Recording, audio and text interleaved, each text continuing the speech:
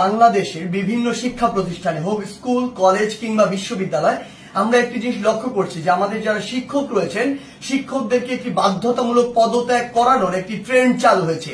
যে জায়গাটি নিয়ে আসলে অনেক কথা হচ্ছে এবং কথা হওয়া উচিত এবং এই জায়গাটিতে আসলে অনেক প্রশ্ন রয়েছে। প্রথম কথা হচ্ছে কোন একজন শিক্ষক যদি কোনো একটি রাজনৈতিক দলের হয় বা মতাদর্শকে বিশ্বাস করে এটার কারণেই আমি তাকে পদত্যাগে বাধ্য করতে পারি কিনা।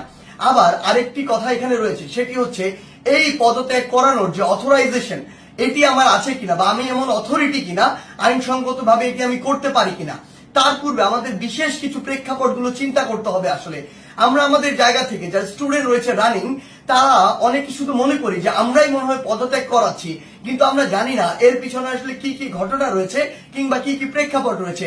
যেমন আমি আমার বিশ্ববিদ্যালয়ের উদাহরণ দিয়ে যদি বলি, এই বিশ্ববিদ্যালয়ে একটি দল শিক্ষকদের একটি দল যারা তখনকার ক্ষমতাসীন রাজনৈতিক দলের